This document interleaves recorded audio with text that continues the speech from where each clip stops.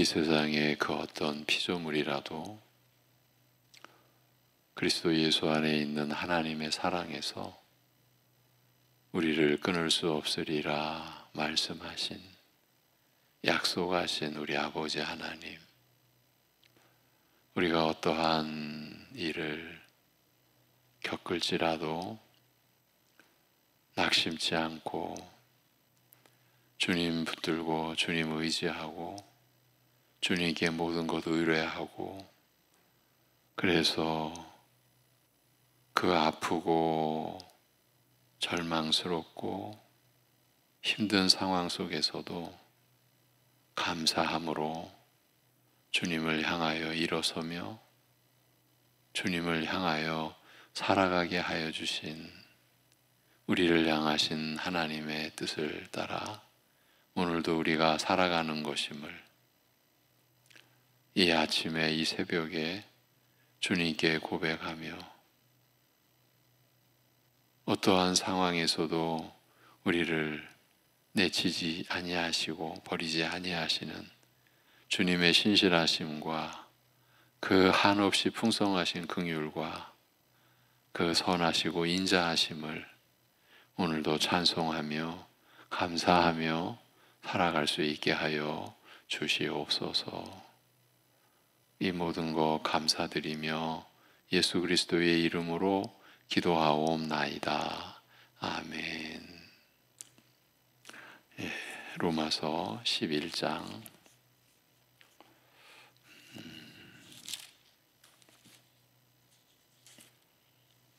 25절에서 27절.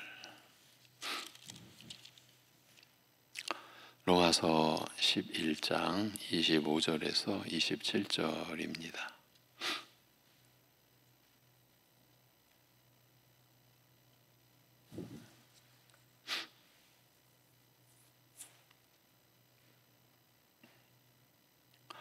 네, 25절에서 27절 같이 보십니다. 형제들아, 너희가 스스로 지혜 있다 하면서 이 신비를 너희가 모르기를 내가 원하지 아니하노니, 이 신비는 이방인의 충만한 수가 들어오기까지 이스라엘의 덜어는 우둔하게 된 것이라.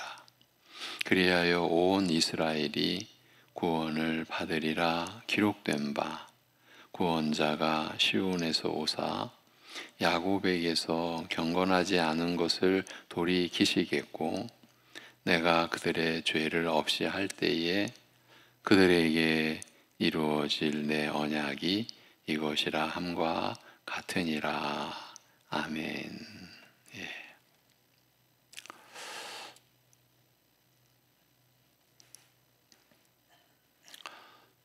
어제는 에베소서의 말씀을 본문으로 삼아서 우리가 그동안 로마서 9장부터 11장까지 보아왔던 내용을 전체적으로 요약하고, 그 안에서 우리에게 일어날 수밖에 없는 의문에 대하여 그동안 나눈 말씀을 토대로 정리하고 에베소서의 본문을 통해서 확인할 수 있는 그런 시간을 가졌습니다. 이제 이어서 오늘 본문을 다시 들려드립니다. 형제들아, 너희가 스스로 지혜로운 자로 여기지 않도록 이 비밀을 모르기를 원치 않노니, 이방인의 충만함이 이르기까지 이스라엘이 부분적으로 완악하여졌으며, 그리고 이와 같이 모든 이스라엘이 구원을 받으리라는 것이니, 기록된 바 시온에서 구원자가 나올 것이요 그가 야곱의 경건치 않음을 돌이킬 것이며, 이것이 내가 저희의 죄를 없이 할 때 저희와 더불어 세울 나의 언약이라 함과 같으니라고 말씀을 합니다. 본문 안에 온 이스라엘이 구원을 받으리라, 모든 이스라엘이 구원을 받으리라, 이런 구절이 나옵니다.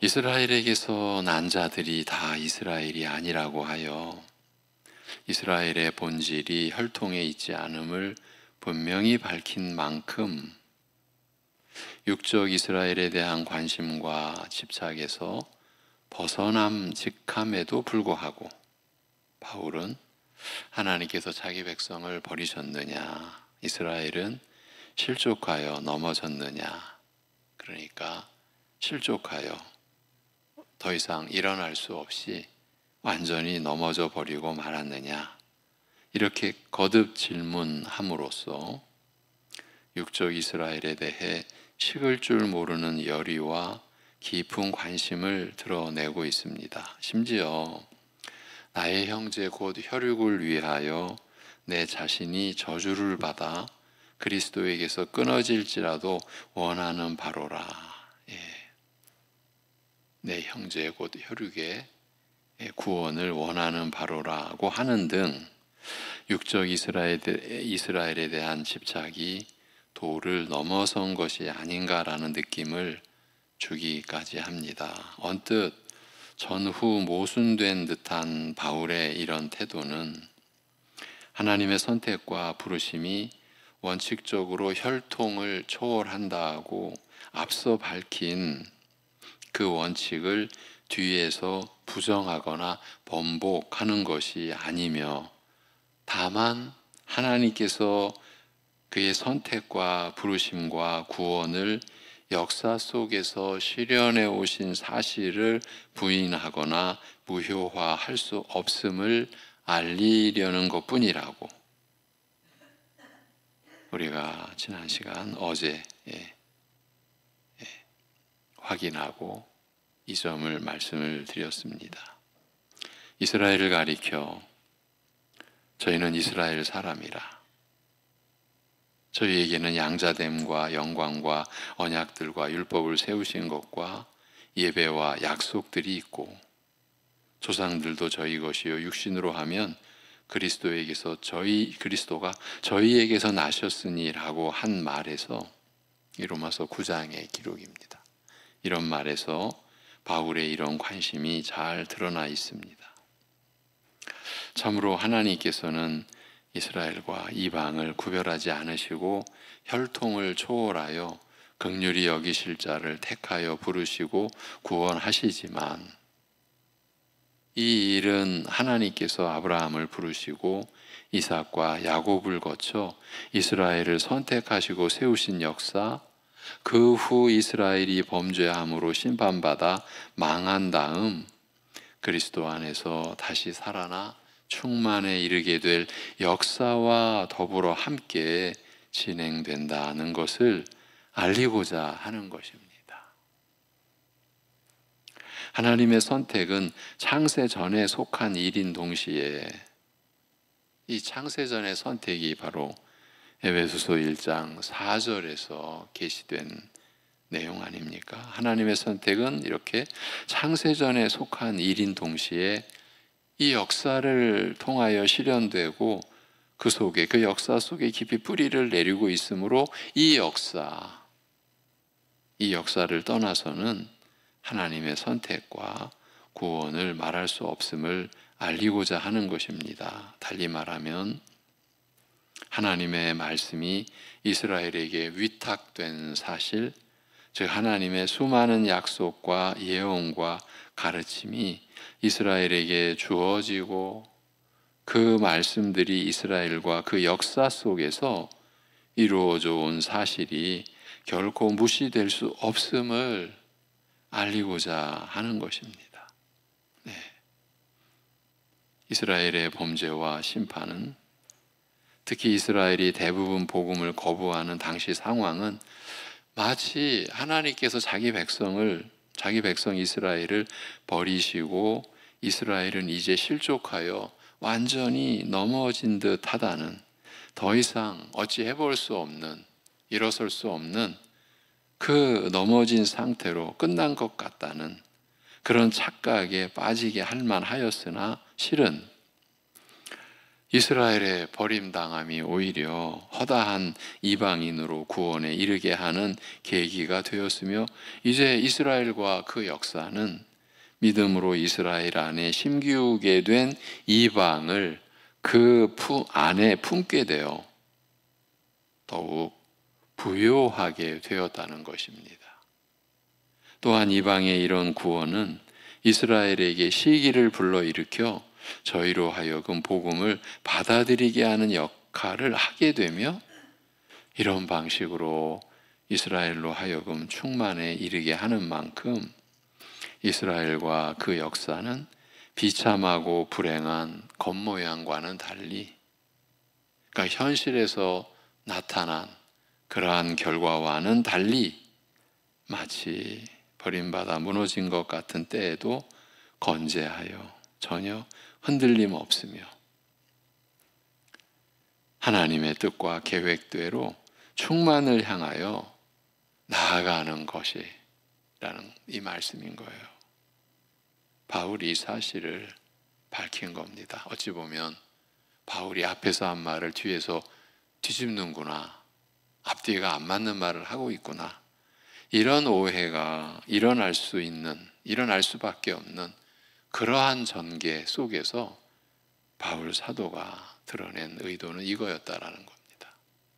이스라엘의 역사, 하나님의 구원의 역사는 이스라엘의 역사를 통해서 전개되어져 왔다.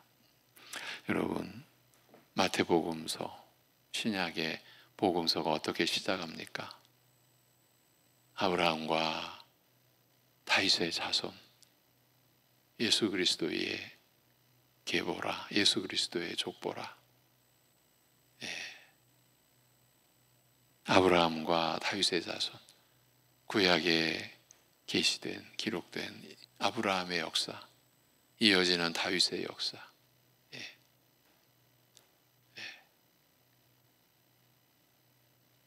그 역사의 그 전개도 의미심장한 거죠. 그래서 본래는 아브라함과 다윗의 그 구약의 역사적 순서대로 기록된 게 아니라 마태복음 1장 1절은 다윗과 아브라함의 그 세계라, 이것이 그리스도의 계보라.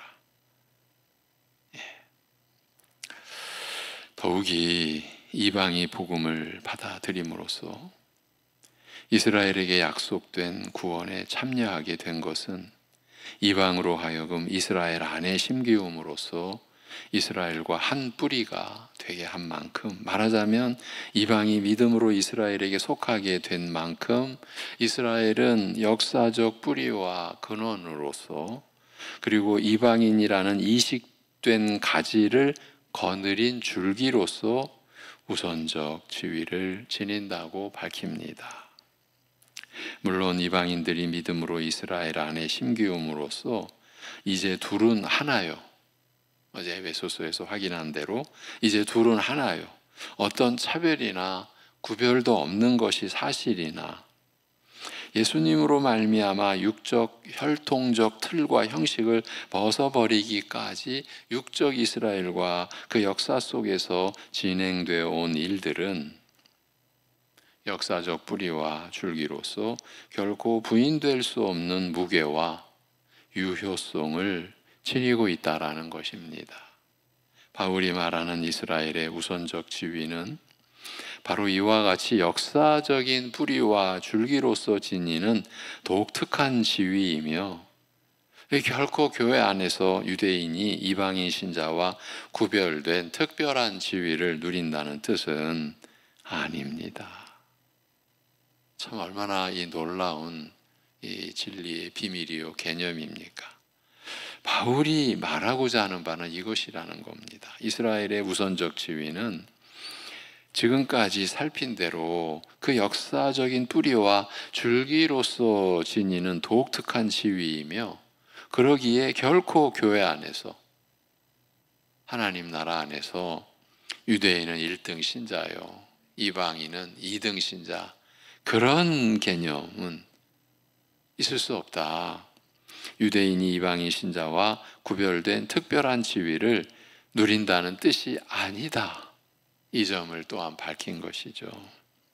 예수님께서 자신의 오심과 더불어 옛 형식이 철폐된 것을 알리시면서도 이 옛 형식이 철폐된 것을 예수님의 말씀대로 달리 표현하면 율법을 폐하려 하러 오신 것이 아니라 완전케 하러 오셨다. 이런 개념으로 우리가 받아들일 수 있는 거죠. 폐한 것이 아니라 완전케 하셨죠. 예. 이렇게 옛 형식이 철폐된 것을 알리시면서도 여전히 구원은 유대인에게서 난다. 예, 요한복음 4장에 수가성에 그 사마리아 여인에게 하나님께서 놀랍게 이 계시를 주셨죠. 구원은 유대인에게서 난다. 이렇게 밝히신 것은 바로 이스라엘의 이런 독특한 역사적 역할과 지위, 이 지위는 육적 혈통 등의 옛 형식이 철폐된 이후에도 여전히 유효하다는 것, 결코 부인될 수 없다라는 것, 이것을 알리신 것이라고 볼 수 있어요. 예수님께서 자신의 오심과 더불어 옛 형식이 철폐된 것을 알리시면서도 여전히 구원은 유대인에게서 난다, 이렇게 밝히신 것은 바로 이스라엘의 이런 독특한 역사적 역할과 지위는 육적 혈통 등의 옛 형식이 철폐된 이후에도 여전히 유효하다, 결코 부인될 수 없다, 이 점을 알린 것입니다. 뿌리와 줄기가 잘려나간 나무를 생각할 수 없듯이 근원과 과정으로부터 분리된 역사를 생각할 수 없으며, 역사는 시작과 근원에서부터 이어져 온 줄거리와 마지막 완성을 포함한 전체로서만 온전할 수 있기 때문입니다. 시작과 근원에서부터 이어져 온 줄거리와 마지막 완성을 포함한 전체로서만 역사는 온전할 수 있기 때문이다. 이스라엘의 역사, 구원의 역사가 이렇게 이루어진다라는 것이에요. 그래서 참 기회 있을 때마다 여러분을 경계시키고 주의를 요했던 사이비 이단은 사실은 역사적 단절이에요. 그들의 특징이에요. 자기들만의 옳은 것을 드러내려니까 이전 것은 틀렸다, 잘못됐다. 여러분, 우리 이제 개혁교회죠. 종교개혁 이후에 하나님의 그 놀라운 섭리 속에서 이제 개신교회, 우리 장로교회가 또 여러 이제 교회들이 일어났죠.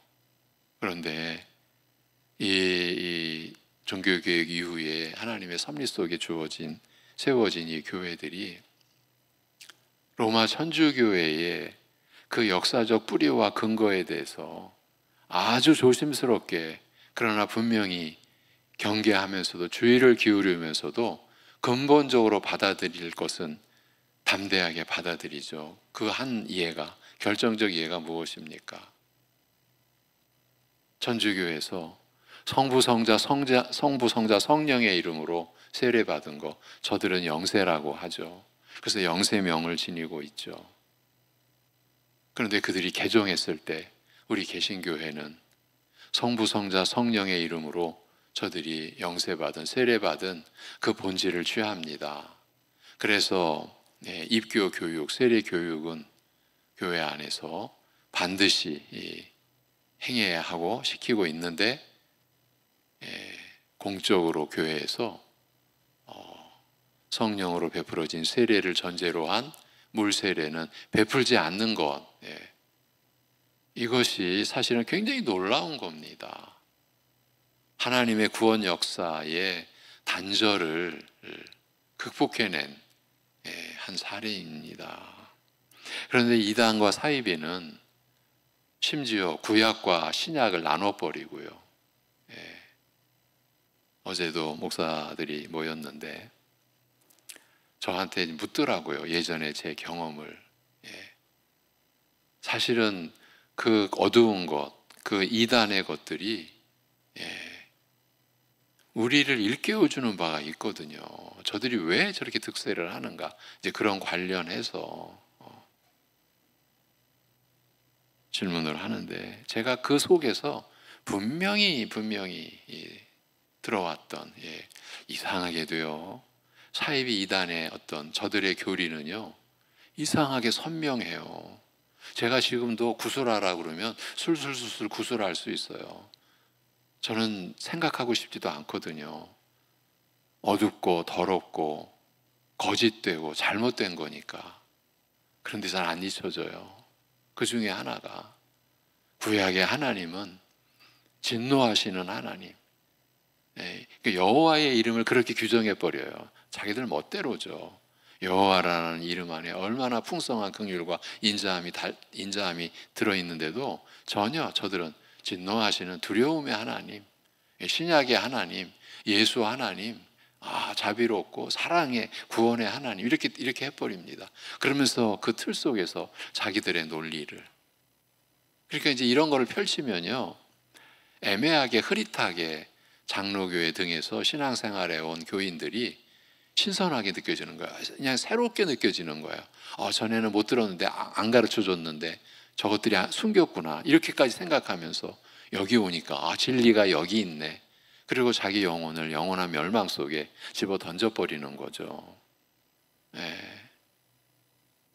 지금 이 바울이 이스라엘의 역사의 그 실체와 그 유효성, 그 예수님이 오신 이후에도 그 이스라엘 역사가 부인될 수 없다는 이 점을 밝히는 것은, 사실은 제 식으로 표현하면 이건 엄청난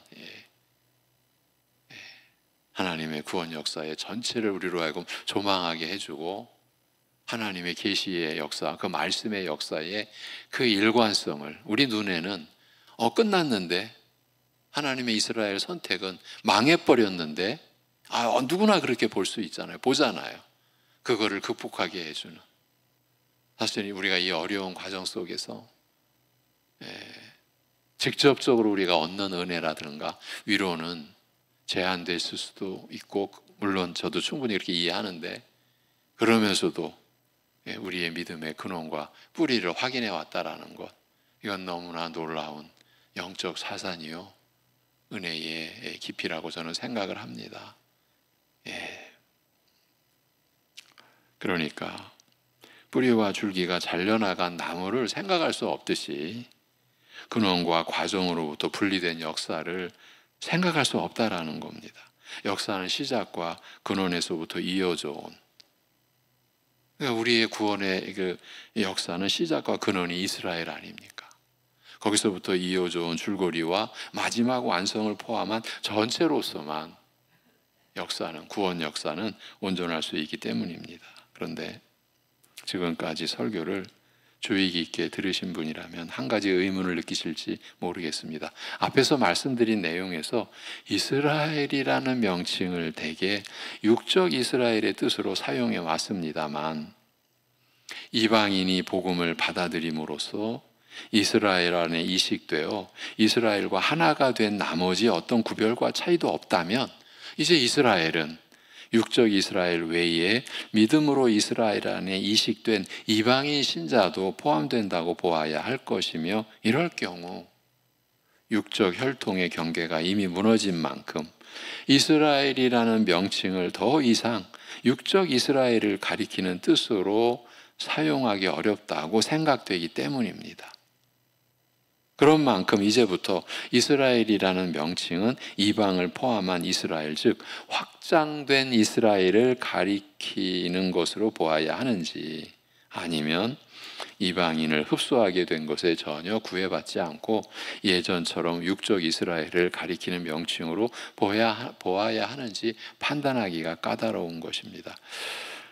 어제 보았던 에베소서 2장 14절은 이 둘로 자기 안에서 한 세 사람을 지어, 아예 이 둘로 그리스도 안에서 한 세 사람을 지어, 이렇게까지 말씀을 합니다. 그래서 화평하게 하시고라고 하여 이제 이스라엘이라는 명칭에는 새로운 내용이 담길 수밖에 없음을 암시하는가 하면, 로마서 11장은 이스라엘을 계속 이방과 대조적인 대상을 가리키는 말로 사용함으로써 육적 이스라엘의 뜻을 그대로 유지하는 듯하여 단순히 해결될 문제가 아님을 짐작할 수 있습니다. 실은 앞서 말씀드린 이스라엘의 역사적 역할과 지위에 대한 이해 역시 이 문제와 밀접하게 연결되어 있으며 이 문제에 대한 논의가 정리되어야 비로소 마무리가 가능해지는 것입니다.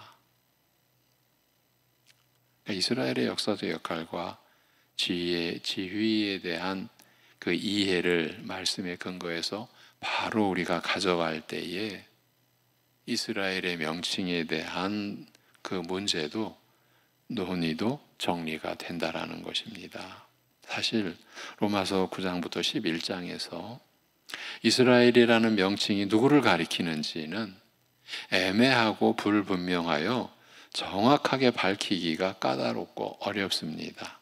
로마서 9장 3절에서는 나의 형제 곧 육을 따라 나의 동족을 위하여라고 하여 혈통적 이스라엘을, 그러니까 육적 이스라엘을 가리키는 뜻을 분명히 하고 있으나 그 뒤에 이스라엘에게서 난 자들이 다 이스라엘이 아니라고 한 6절의 내용에서 이스라엘은 육적 이스라엘을 가리킨다고 볼 수 없습니다. 그렇죠?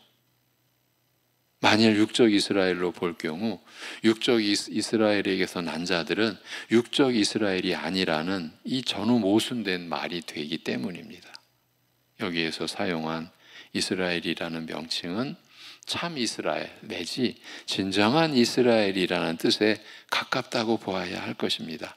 참 이스라엘에게서 혈통을 따라 태어난다고 해서 이들이 다 참 이스라엘은 아니라, 말하자면 진정한 이스라엘인지 아닌지를 결정하는 것은 혈통이 아니라는 뜻으로 한 말인 것입니다. 그러나 계속 이어지는 내용, 즉 7절에서 자녀들이라 하여 모두 다 아브라함의 씨가 아니니 오직 내 씨는 이삭으로 불리어질 것이라 하셨음이라. 곧 육의 자녀들이 하나님의 자녀들이 아니며 약속의 자녀들이 씨로 여김받음이라고 한 내용을 살펴보면 이스라엘이라는 명칭이 결국 아브라함의 씨를 가리킨다라는 사실을 확인할 수 있습니다. 이스라엘이라는 명칭이 결국 아브라함의 씨라, 그 씨를 가리킨다.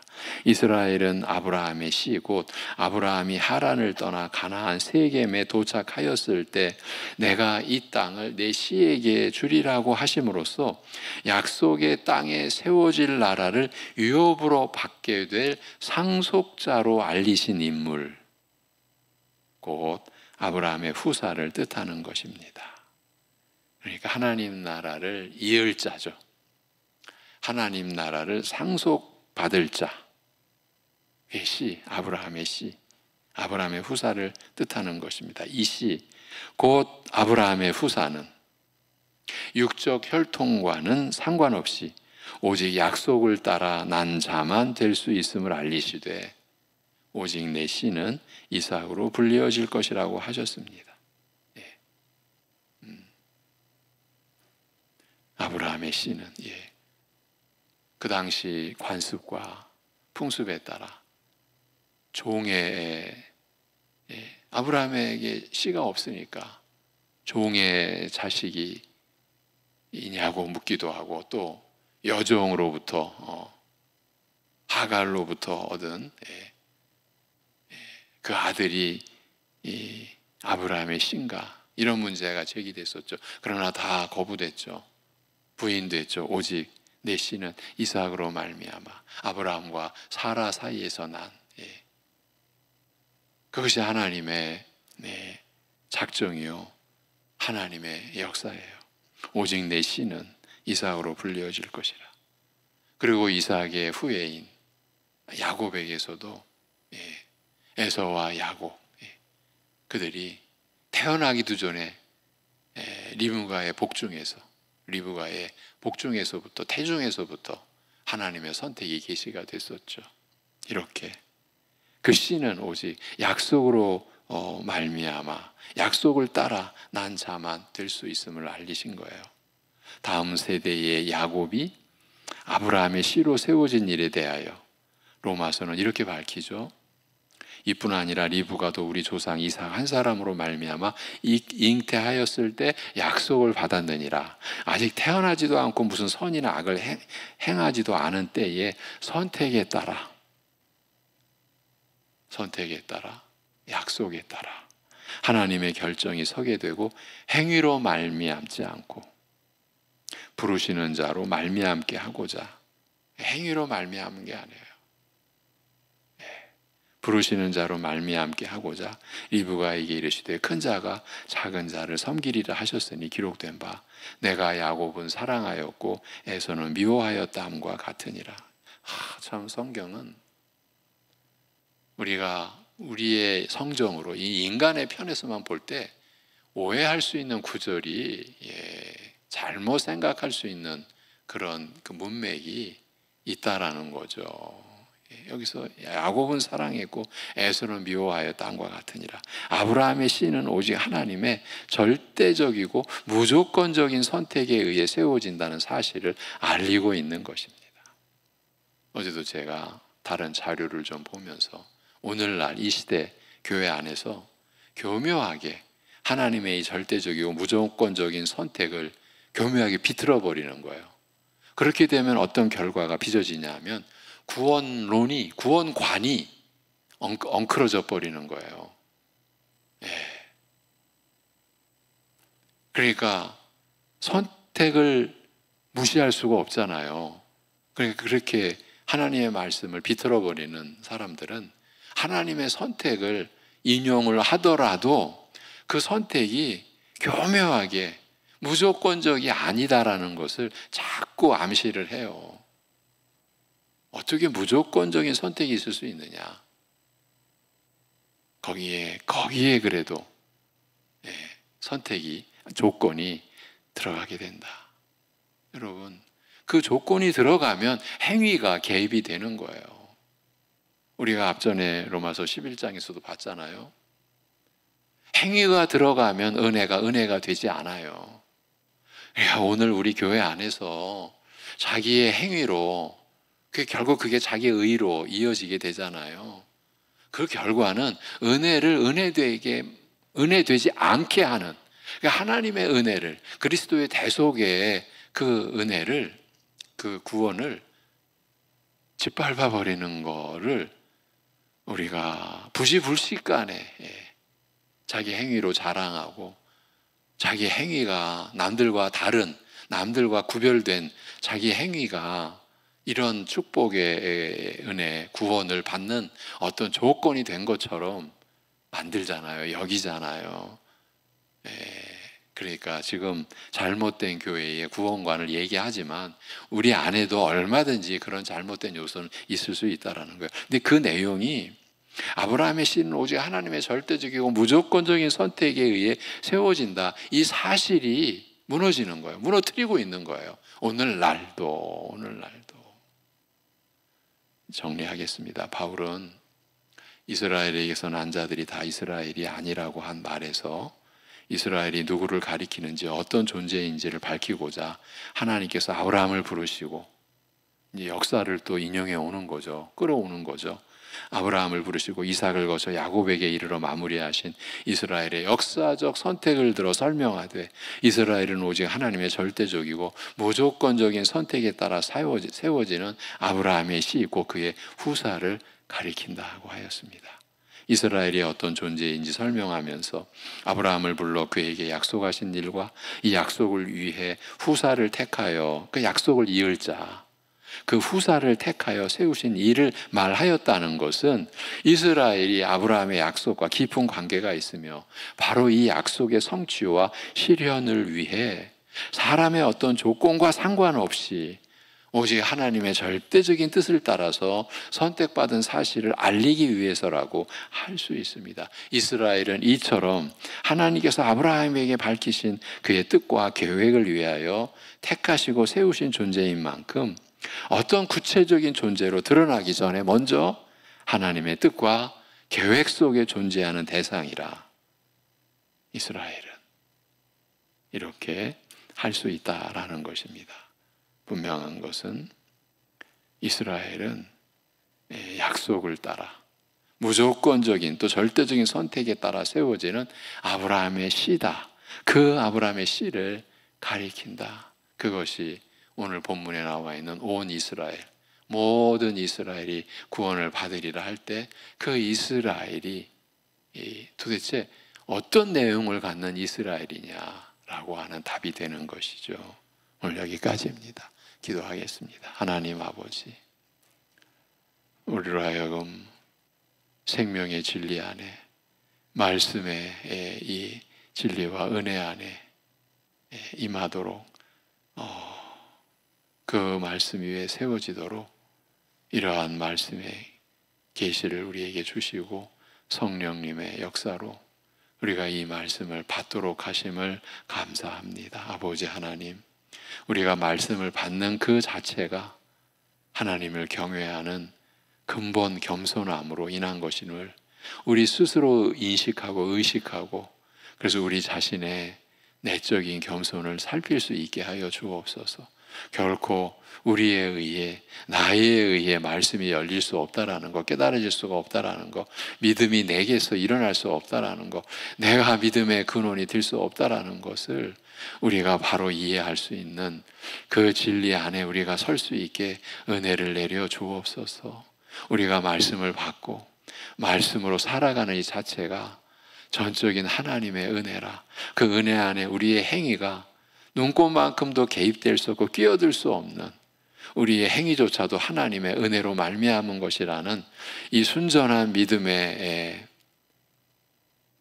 개념과 기억을 우리가 가지고 주님을 의지하며 오늘도 살아갈 때에 우리가 어떤 일을 겪고도 낙심하지 않고 오히려 기도할 수 있게, 하나님의 선하심을 우리가 끝까지 믿으며 나아갈 수 있게, 우리가 지금 이해할 수 없이 겪고 있는 어떤 어려운 상황도 하나님의 선하심을 무너뜨릴 수 있는 그러한 어려운 애매한 상황이 아니라 그 안에도 하나님의 선하심과 인자하심과 신실하신 뜻이 우리를 위하신, 영원히 우리를 위하시는 하나님의 뜻과 목적이 그 안에 있음을 우리가 신뢰할 수 있는, 우리가 믿을 수 있는 자리에 우리가 이르를 수 있도록 하나님의 열심과 사랑이 지금도 우리 안에서 일하고 있음을 우리라고 깨닫는 역사가 있게 하여 주시옵소서. 아버지 하나님, 이 한 주간이 우리에게 이 나라에 얼마나 중요한 때인지 우리가 짐작해 왔듯이 이제 드러난 이러한 이 나라의 일정 속에